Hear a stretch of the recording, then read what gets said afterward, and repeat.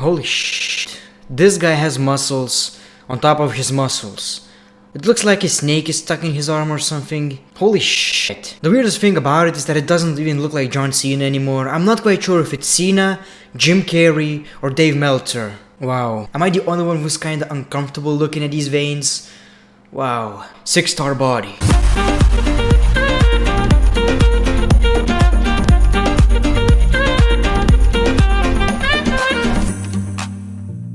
Welcome to the greatest show in wrestling history. Welcome to Greatness of Wrestling. How are you guys doing today? Today we're gonna talk about Roman Reigns, the noodles guy. Also the Shield. Now you're probably thinking that I'm going to make fun of Vince McMahon's and Roman Reigns' romance, which is true, by the way. Everything on this channel is real. But that's not the case at all. You see, I'm gonna be sympathetic with Roman Reigns. I'm gonna go head to head with the noodles guy. First of all, I want to address all the comments saying that why you hate Roman Reigns, bruh? Roman Reigns is better than everyone. Spear, Superman punch, into the face. My husband doesn't really like Roman Reigns, but I would sleep with him.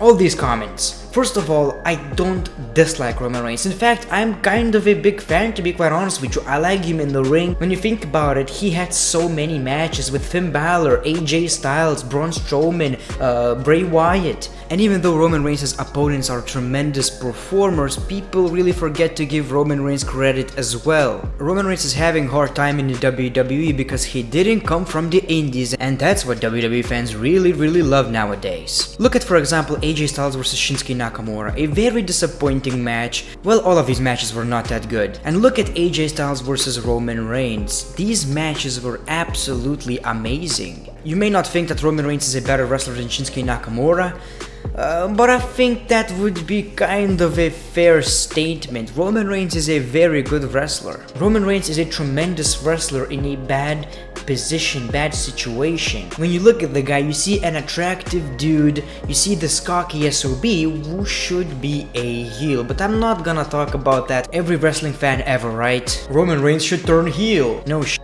I like Roman Reigns, and every joke that I made about Vince McMahon and Roman Reigns, even though it's true, is just a joke. That's it. It's fun to make fun of it. That is it. Because it's kind of true that Vince McMahon really likes Roman Reigns, so they connect with each other and stuff. Roman Reigns overtakes John Cena as the top merchandise seller in WWE. Roman Reigns is the top guy in WWE, and he's now filling the spot left vacant by John Cena. The 16-time world champion missed his first SummerSlam in 15 years while he was in China filming Project X with Jackie Chan. While Cena has been away, the Wrestling Observer newsletter notes that Reigns has also taken over Big Match John as the top merchandise seller in the company as well. Now, what you need to understand that we don't actually know how Roman Reigns beat John Cena, whether he beat an all-time record, which I highly doubt considering how popular John Cena was, or he just surpassed John Cena for a certain month because John Cena is actually away, so that's understandable.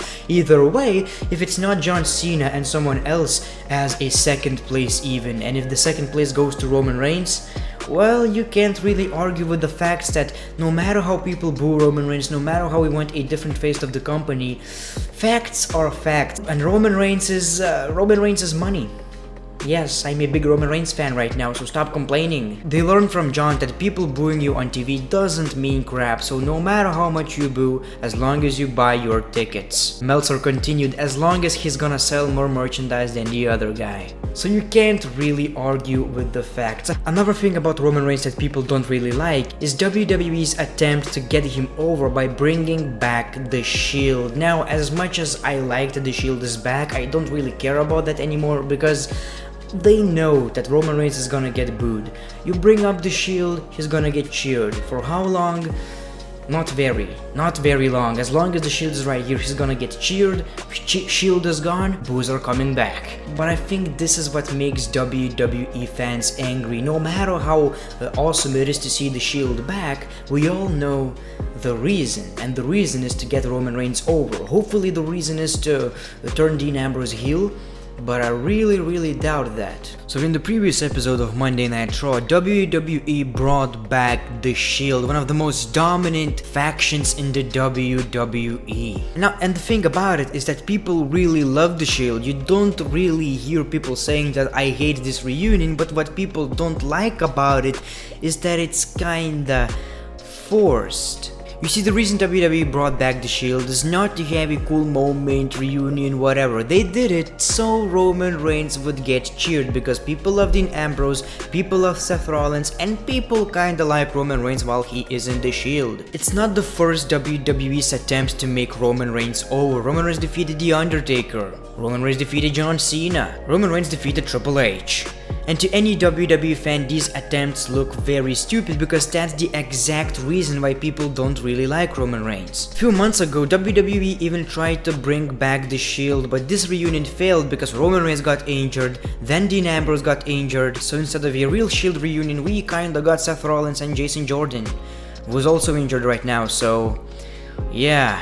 The question is, should you actually be mad that WWE are using The Shield to get Roman Reigns over? And it kinda depends on the way you look at it. You need to acknowledge the fact that this is the reason The Shield is back, but on the other hand, isn't it more entertaining this way? No matter WWE's motives, this can lead to many good storylines with Shield and other factions, or between Shield members themselves. So are WWE actually using The Shield to get Roman Reigns over? Yes, definitely. Is it a bad thing?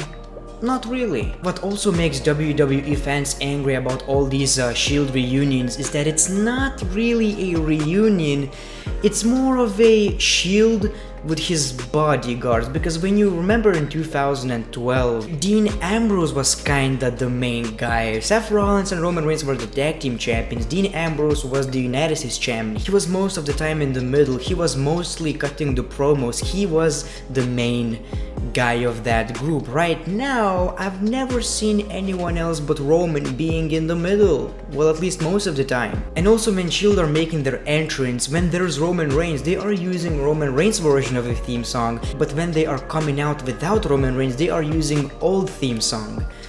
Why? If you really want to get Roman Reigns over, just do it right.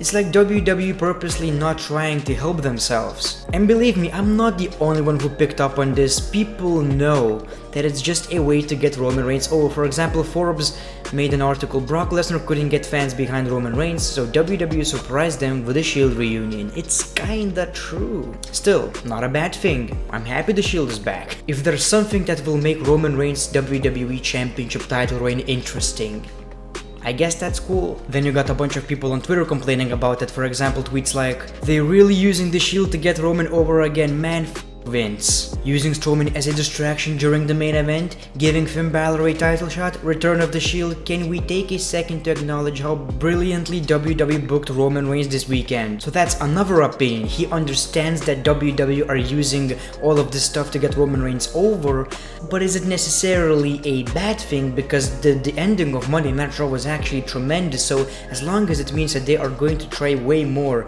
to make sure that the show is good while making Roman Reigns interesting, I think we should be alright with that. It might be me, but I think it's not a negative.